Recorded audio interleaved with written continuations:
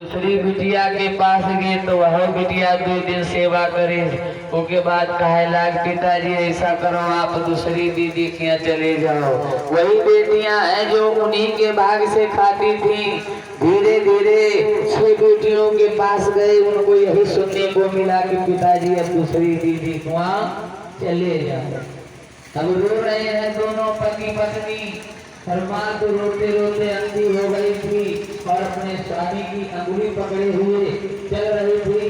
जहाँ राजा जाते हैं तो पति पत्नी को साथ लेकर के जाते हैं। जब 6 बेटियों के वहाँ घूम चुके तो अंत में अब उनको छोटी वाली बिटिया याद आई कि हमारी ना जाने छोटी बिटिया कैसे कहाँ जीवन बिता रही होगी, क्योंकि मैंने तो उसका विवाह कुछ लोगों की बेटी के साथ में कर दिया था। तो राजा उसी रास्ते से जा रहे थे जहाँ उसका राजमहल बना हुआ था। वो तो नहीं जानते थे कि ये हमारी बिटिया का राजमहल है, उसका भाग्य जग गया है।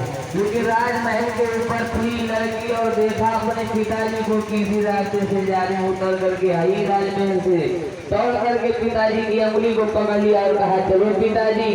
भवन को ले गई और अच्छे अच्छे व्यंजन खिलाए।